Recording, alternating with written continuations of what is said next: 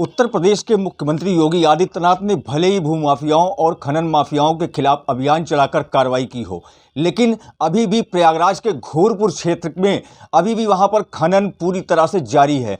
वो भी गरीब महिलाओं और गरीब लोगों के साथ अत्याचार किया जा रहा है। वहां पर यह भी जानकारी मिली है कि प्रयागराज के जो घोरपुर का क्षेत्र है वहां पर कुछ माफियाओं के द्वारा गरीबों की ज़मीन पर जो है मिट्टी का खनन किया जा रहा है, बालू का खनन कर कर उनकी ज़मीनों पर रखा जा रहा है, पूरी तरह से कब्जा किया जा रहा है। इस पर स्थानीय पुलिस भी पूरी तरह से अपने कान में रुई डालकर बैठी है। उन्हें बिल्कुल भी किसी की बातों को सुनना नहीं है। कोई अगर कार्रवाई करने के लिए वहाँ पर बात करने के लिए जाता है तो उसे वहाँ से पुलिस भगा देती है। इन्हीं सब जानकारियों के लिए हमारे साथ बैठी हैं वहाँ घोरपुर ददरी गाँव की जो पीड़िता हैं। मैं उनसे जानना चाहूँगा कि आखिर क्या मामला है उनका और उस मामले में पुलिस ने क्या कार्रवाई की है, वहां के जो दबंग माफिया हैं वो क्या कर रहे हैं।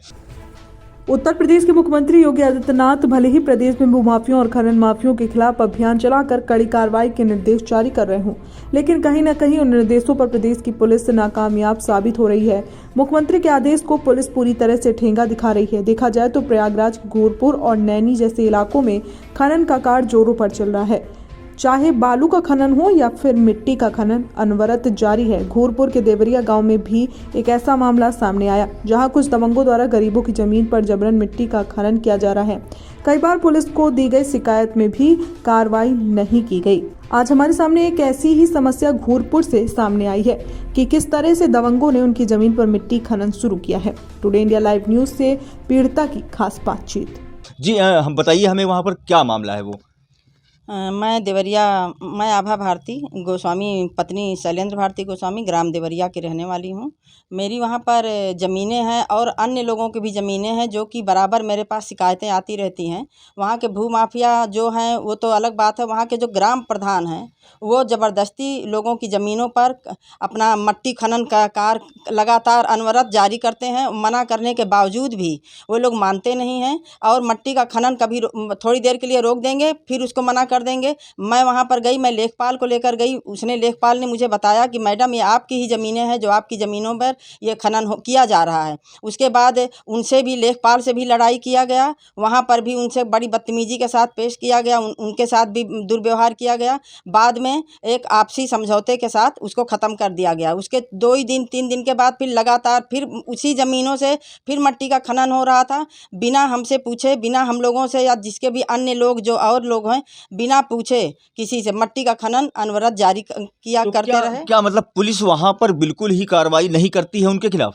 मैं इसके संबंध में तो बस यही कहूँगी कि मैं गई थी और मैं अपने मेरे साथ एसडीएम का आदेश था, मैं उसके लेकर गई थी। मैंने रिक्वेस्ट भी किया था, लेकिन पुलिस वहाँ पे उसने हमसे सवाल किया था कि क्या आप जानती हैं मैडम कि ये आपकी ज़मीन कहाँ है?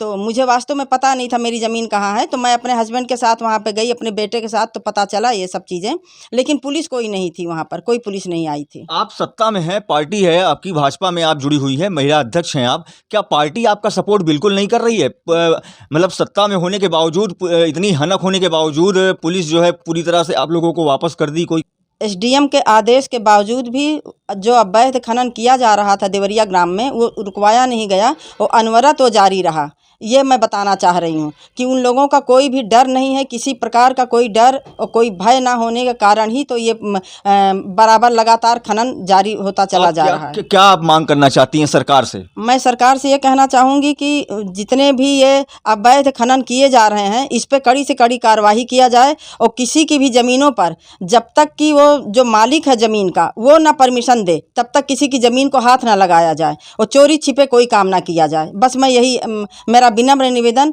प्रशासन से और सरकार से यही मैं कहना चाहूँगी। जिस तरह से सरकार की नीतियों और सरकार की जो पुलिस व्यवस्था है उस पर लगातार उंगलियां उठ रही हैं, सवाल उठ रहे हैं, क्योंकि कमिश्नरेट होने के बावजूद पुलिस पूरी तरह से लचर दिखाई दे रही है। प्रयागराज में घोरपुर का इलाका आप देख लीजिए, जहां पर लगातार बालू का और मिट्टी का खनन जारी है। घोरपुर के साथ साथ नैनी के देवरक में भी काफ़ी मिट्टी का खनन लगातार किया जा रहा है, लेकिन कहीं ना कहीं पुलिस की लचर व्यवस्था के कारण यह दबंग माफियाओं का सिलसिला जारी है, जहां पर पूरी तरह से खनन का काम चल रहा है। पुलिस इसे रोकने में बिल्कुल नाकामयाब है। प्रयागराज से Mithilesh Tripathi, today India news.